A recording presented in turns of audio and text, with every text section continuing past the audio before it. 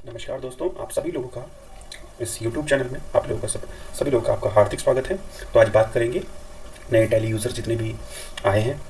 तो आप जब भी आप टैली यूज़ करते हैं तो टैली में सबसे पहली चीज़ जो होती है वो आपकी बेसिक्स ऑफ अकाउंटेंसी होती है। क्योंकि जब भी हम लोग अकाउंटिंग की बात करते हैं तो अकाउंटिंग के कुछ टर्म्स हैं जो आपको पता होने चाहिए कि अकाउंटिंग में आप उन टर्म्स को किस तरीके से यूज़ करेंगे। तो सबसे पहले मैं बात कर लेता हूँ कि अकाउंटेंसी यानी कि इसका जो फर्स्ट टॉपिक होता है वो होता है हमारा हमारा अकाउंटिंग। यानी कि अकाउंटिंग हम कैसे करते हैं, क्या प्रोसेस है। आप यहाँ पे देख सकते हैं कि अकाउंट्स का मतलब होता है कि अकाउंट्स एक ऐसी बुक्स है यानी कि जिसमें हम अपने डेली के जो ट्रांजेक्शन्स हैं वो रिकॉर्ड करते हैं। और ये जो सारा का सारा प्रोसेस होता है वो अकाउंटिंग कहलाता है। यानी कि आप इस तरीके से समझ सकते हैं कि जो भी हमने एक पर्टिकुलर कोई भी ट्रांजेक्शन करी है, अगर हमने कोई परचेस किया है या हमने कोई चीज़ सेल करी है या हमने कोई चीज़ रिसिप्ट किया है, यानी कि हमने कोई कहीं से पैसा रिसीव किया है या हमने किसी को पे किया है, तो वो सारी चीज़ें हमारी अकाउंट्स के अंदर आती हैं। और वही सारा जो प्रोसेस उसको मेंटेन करने का होता है वो सारा का सारा प्रोसेस अकाउंटिंग कहलाता है। तो अकाउंटिंग को आप इस तरीके से समझ सकते हैं कि जो भी हमारे डेली की जो ट्रांजेक्शन्स होती हैं, यानी कि डेली जो हम लोग सेल परचेज वगैरह करते हैं या जो भी हम पेमेंट रिसिप्ट वगैरह करते हैं, तो सारी की सारी चीज़ों को हम लोग जो रिकॉर्ड करते हैं, किस तरीके से उसको समराइज़ करते हैं, तो वो सारी की सारी एक जो प्रोसेस कहलाती है। यानी कि आप इस तरह से समझते हैं कि पैसे के लेन देन से संबंधित जो भी चीज़ें होती हैं वो सारी की सारी प्रोसेस अकाउंटिंग कहलाई जाती है। तो अकाउंटिंग होती कहाँ है यूज़, जो कि हमारे बिजनेस में यूज़ होती है। बिजनेस में किस तरीके से यूज़ होती है आप इस ग्राफिक के जरिए समझ सकते हैं कि कैपिटल है, लायबिलिटी है, एसेट्स है, इनकम है और एक्सपेंसेस है। यानी कि कैपिटल आप समझ सकते हैं पूंजी, यानी कि स्टार्टिंग में हम अपना कोई बिजनेस स्टार्ट करते हैं तो हमें कुछ पैसे की जरूरत पड़ती है, तो हम उस जिस पैसे से अपना बिजनेस स्टार्ट करते हैं वही हमारी कैपिटल कहलाई जाती है। तो जरूरी नहीं है हमारे पास वो केवल कैश ही कैश के फॉर्म में हो, हमारे पास वो किसी एसेट्स के फॉर्म में, यानी कि हमारे पास कोई फर्नीचर हो सकता है, कोई कंप्यूटर हो सकता है, जो भी चीज़ें हम अपना बिजनेस स्टार्ट करने के लिए लगाते हैं वो सारी की सारी चीज़ें होती है हमारी कैपिटल। लायबिलिटी का मतलब ये होता है कि जो चीज़ें हमें एक तरीके से हमारे ऊपर भार है या हमने किसी को पे करना है, वो चीज़ें हमारे कराई जाएंगी लायबिलिटीज, यानी कि जिनको हमें पे करना है विद इन द ईयर, यानी कि एक साल के अंदर या एक साल के बाद भी अगर हम उसको पे करते हैं वो हमारी लायबिलिटीज कहलाई जाएंगी। एसेट्स यानी कि हमारी संपत्तियां, जो भी हमने बिजनेस में अपने बिजनेस स्टार्ट होने के बाद जो भी चीज़ें खरीदी हैं वो सारी की सारी हमने वो हमारी आएंगी एसेट्स के रूप में। इनकम यानी कि जो भी हमने पैसा कहीं से रिसीव किया है वो सारा का सारा कहलाया जाएगा हमारी इनकम।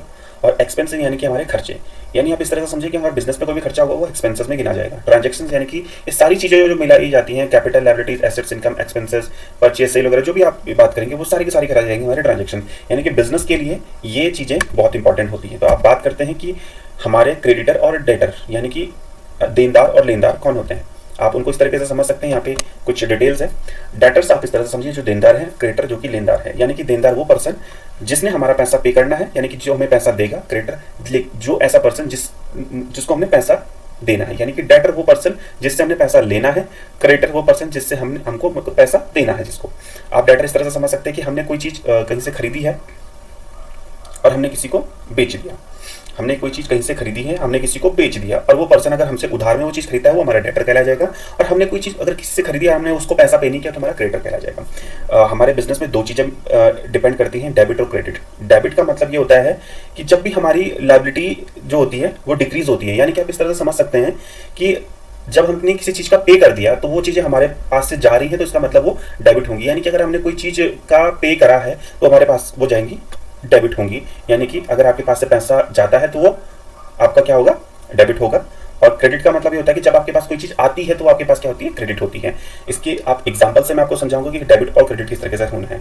अब बात कर लेते हैं आपके अकाउंटिंग के कुछ गोल्डन रूल्स के, क्योंकि अकाउंटिंग में आपकी जो 3 गोल्डन रूल्स होते हैं वो बड़ा इंपॉर्टेंट रोल इनका होता है। रियल अकाउंट, पर्सनल अकाउंट और नॉमिनल अकाउंट। ये रूल्स क्या होते हैं, किस तरीके से वर्क करते हैं, आपको मैं बता देता हूँ। सबसे पहले आप बात करेंगे रियल अकाउंट की। रियल अकाउंट यानी कि जो चीज़ आपने लिया है वो आपके पास आ गई है तो आप उसे डेबिट कर दोगे, और जो चीज़ आपके पास से गई है उसको आप क्रेडिट कर दोगे।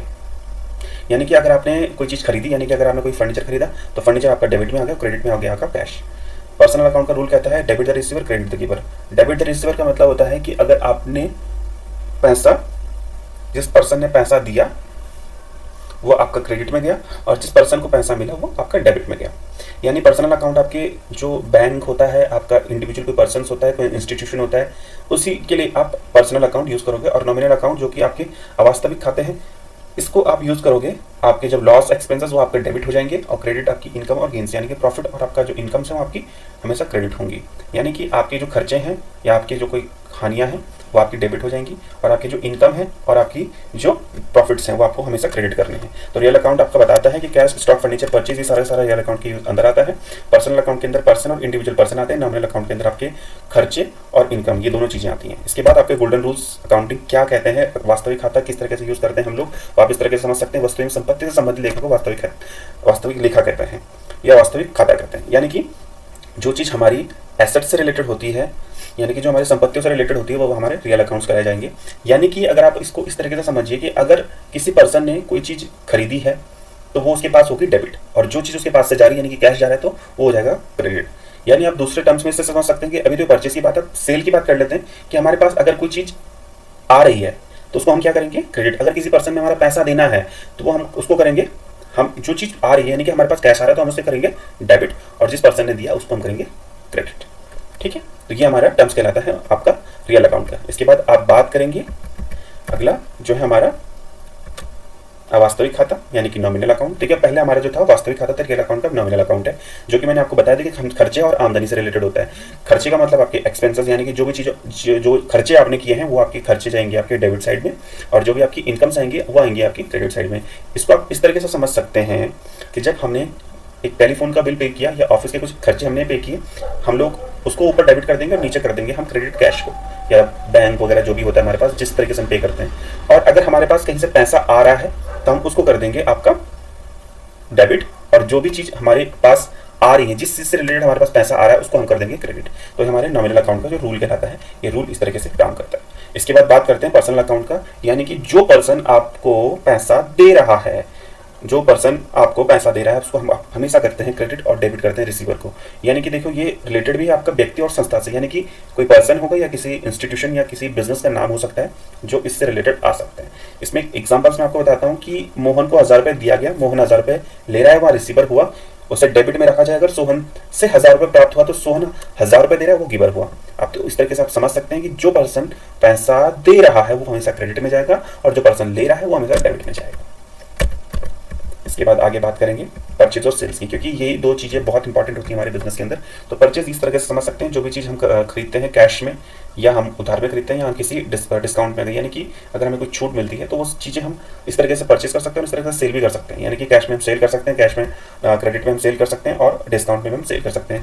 परचेज कंज्यूमर क्रेडिट, अगर कैश में हम लेते हैं तो क्रेडिटर नहीं आएगा, बट अगर हम लोग क्रेडिट में लेते हैं यानी कि उधार में लेते हैं तो हम हमारा क्रेडिट और डेटर दोनों ही पार्टीज क्या होती हैं, इससे इफेक्ट होती हैं। अब स्टेप्स ऑफ अकाउंटिंग की बात कर लेते हैं। सबसे पहले जब भी हम कोई चीज़ कोई भी ट्रांजेक्शन करते हैं, यानी कि ट्रांजेक्शन का मतलब होता है कि परचेज सेल यानी कोई भी हम लोग ट्रांजेक्शन करते हैं, तो उसमें सबसे पहले इंपॉर्टेंट पार्ट जो होता है वो हमारा होता है इनवॉइस का, यानी कि बिल्स का पार्ट होता है, वो इंपॉर्टेंट होता है। उसके बाद हमें ट्रांजेक्शन करनी पड़ती है, ट्रांजेक्शन के बाद हम जर्नल्स बनाते हैं। जर्नल्स का मतलब होता है कि जो भी अकाउंटिंग का प्रोसेस है, यानी कि किसको डेबिट करना है किसको क्रेडिट करना है, वो हमारा यूज़ होगा जर्नल्स के अंदर। लेजर यानी कि जर्नल्स एंट्री के अंदर जो भी हम लोग लेजर यूज़ करते हैं, यानी कि वो कैश की फॉर्म में है या विदाउट कैश है, तो हम उसको उस तरीके से यूज़ करेंगे। या परचेज है, सेल है, रिसिप्ट है, पेमेंट है, ये सारी चीज़ें होती है हमारी लेजर्स की। और इसके बाद अंत है हमारा ट्रायल बैलेंस, यानी कि जो मंथ के एंड में जो भी रिपोर्ट्स बनती है उसको हम ट्रायल बैलेंस कहते हैं। और एंड ऑफ द ईयर, यानी कि एक साल जो आपका फाइनेंशियल ईयर हो खत्म होने के बाद हमारे फाइनल अकाउंट्स तैयार होते हैं, जिसमें trading account, profit and loss और बैलेंस शीट तैयार होती हैं। और अब बात कर लेते हैं कि अकाउंटिंग प्रोसेस में ये सारी चीज़ें जो होती हैं, बाउचर्स हो गए हमारे, bills, invoice, receipt, advice, cash book, journal entries, bank reconciliation, ledgers, trial balance, ये सारे के सारे हमारे अकाउंटिंग के अंदर यूज होते हैं। बाउचर्स यानी कि आपका परचेज है, सेल है, रिसिप्ट है, पेमेंट है, या आपका जनरल बाउचर है, तो वो जिस तरह का भी बाउचर होगा वो सारे के सारे इसमें यूज होंगे, क्योंकि ये डिपेंड करता है हमारे पास बिल्स, इनवॉइस, रिसिप्ट्स और एडवाइस के ऊपर। इसके बाद कैश बुक यानी कि कैश की सारी एंट्रीज जो होंगी कैश से रिलेटेड वो हमारी कैश बुक के अंदर आती हैं। जनरल एंट्रीज यानी कि जो भी हम लोग यूज़ करते हैं, यानी कि हम परचेज कर रहे हैं, सेल्स कर रहे हैं, या कोई सा भी हम लोग एंट्री कर रहे हैं, तो उसका मतलब ये होता है कि वो जनरल एंट्रीज हमारी होती हैं। बैंक रिकंसिलिएशन यानी कि जो बैंक से हमारा कैश या बैंक या जो हम लोग चेक्स वगैरह पे करते हैं, तो किसी कोई पार्टी को पे करते हैं तो बैंक ने किस डेट पे वो एंट्री करी है अपने, यार हमने किस डेट पे वो चेक इशू किया है, तो इन दोनों चीज़ों का हमें अमाउंट का क्या होता है मिलान करना होता है, उसी को बैंक रिकंसिलिएशन करते हैं। लेजर्स में आपको पहले बता चुका हूँ, जनरल एंट्री के अंदर ही जो लेजर्स होते हैं वो यूज़ किए जाते हैं। ट्रायल बैलेंस मंथ के एंड में बनता है, trading account, profit and loss और balance sheet end of the year बनती है। हेड्स ऑफ अकाउंटिंग की बात कर लेते हैं। आपका capital, assets, liabilities, income, expenses, ये अकाउंटिंग के 5 मेन हेड्स हैं। कैपिटल आपको मैं बता चुका हूँ, ये पूंजी है जो कि हम बिजनेस स्टार्ट होने के टाइम पे हम लोग यूज़ करते हैं। एसेट्स यानी कि जो भी हमारे पास संपत्तियां होती हैं, ये दो टाइप की हो सकती हैं, टेंजिबल और इनटेंजिबल, यानी कि टेंजिबल जो हमें दिखाई देती है, इंटेंजिबल जो हमें दिखाई नहीं देती है।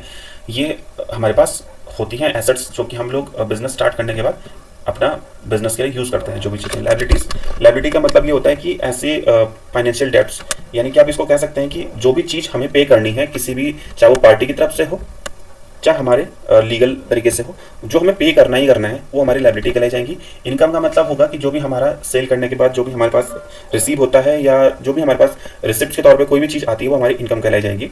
और एक्सपेंसेस यानी कि हमारे जो भी खर्चे होते हैं वो सारे के सारे होंगे हमारे एक्सपेंसेस, उनको एक्सपेंसेस में हम मेंशन करते हैं। कैपिटल के कुछ एग्जांपल्स ले लेते हैं कि कैपिटल होते क्या हैं। कैपिटल के अंदर आप यूज़ कर सकते हैं जैसे कि मशीनरी आपकी आती है, स्टोरेज बिल्डिंग्स वगैरह आती हैं, रॉ मटेरियल्स वगैरह आते हैं आपके पास।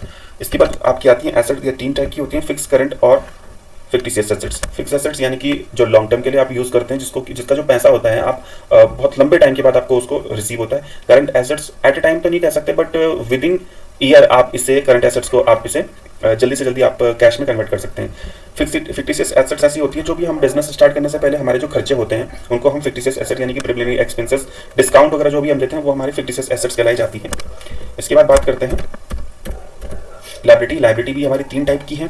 एक है हमारे पास करंट लायबिलिटी, एक है हमारे पास नॉन करंट या कंटिंजेंट। करंट लायबिलिटी जो कि हमें गवर्नमेंट को पे करना है, जो टैक्सेस के फॉर्म में होती हैं, या बैंक्स को हमें पे करना है, या किसी कस्टमर को अगर हमें पे करना है तो हमारी करंट लायबिलिटी होंगी जो कि हमें विद इन ईयर यानी कि 1 साल के अंदर अंदर पे करना है। और नॉन करंट यानी कि लॉन्ग टर्म लायबिलिटी जो कि हमें 1 साल से ज़्यादा पे करनी, जैसे हमारे कोई बॉन्ड्स होते हैं, लॉन्ग टर्म लोन्स होते हैं, पेंशन है, रिटायरमेंट, हेल्थ केयर लायबिलिटीज जो भी हम, या इंश्योरेंस वगैरह आप बोल सकते हैं। तो ये सारा का सारा आता है आपकी लॉन्ग टर्म लायबिलिटी के तौर पे। कंटिजेंट लायबिलिटी ऐसी लायबिलिटी जो कि आपकी विद इन द ईयर तो हो भी सकती है और नहीं भी हो सकती, यानी कि आप 1 साल के अंदर अगर कोई चीज़ पे करते हैं, या हो सकता है कि उस साल, जैसे कोई कोर्ट केसेस होते हैं जो कि 1 साल के अंदर 2 या 3 बार आपके आ सकते हैं, या हो सकता है कि नहीं भी आए।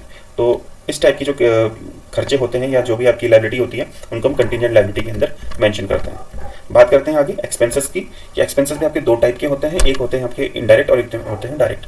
अब पहले बात कर लेते हैं डायरेक्ट एक्सपेंसेस। डायरेक्ट एक्सपेंसेस जो आपके सीधे सीधे फैक्ट्री से जुड़े हुए हैं, यानी कि आपके जो भी जहाँ पे आपकी कारखाना है वहाँ से रिलेटेड जो खर्चे होंगे आपके, चाहे वहाँ का रेंट हो, चाहे वहाँ का वाटर के खर्चे हो, या कोई भी आपके लेबर के वगैरह के जो खर्चे होते हैं वो सारे के सारे करे जाएंगे डायरेक्ट एक्सपेंसेस।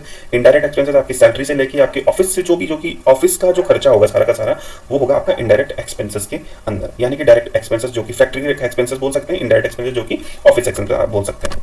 इसके बाद बात करते हैं इनकम की। ये भी 2 टाइप की है, डायरेक्ट इनकम और इनडायरेक्ट इनकम। पहले डायरेक्ट इनकम यानी कि मेन सोर्स ऑफ बिजनेस, यानी कि आपकी सेल से रिलेटेड जो आपके खर्चे होते हैं, सॉरी इनकम्स होती हैं, वो आपकी डायरेक्ट इनकम हो गई। और जो आपके आउट ऑफ द बिजनेस यानी कि अदर सोर्स ऑफ बिजनेस, यानी कि जो बिजनेस आपका मेन ना होके अदर सोर्सेज वाला होगा, उससे जो रिलेटेड आपकी इनकम्स होगी वो इनडायरेक्ट इनकम कहलाई जाएंगी। तो ये आपका सारा का सारा जो बेसिक ऑफ अकाउंटेंसी था वो इस तरीके से आप यूज करेंगे, क्योंकि ये टर्म्स आप यूज करेंगे तभी आपको बेसिक ऑफ अकाउंटेंसी आप यूज कर सकते हैं। तो थैंक यू, धन्यवाद आप लोगों का ये सारा का सारा सेशन सुनने के लिए।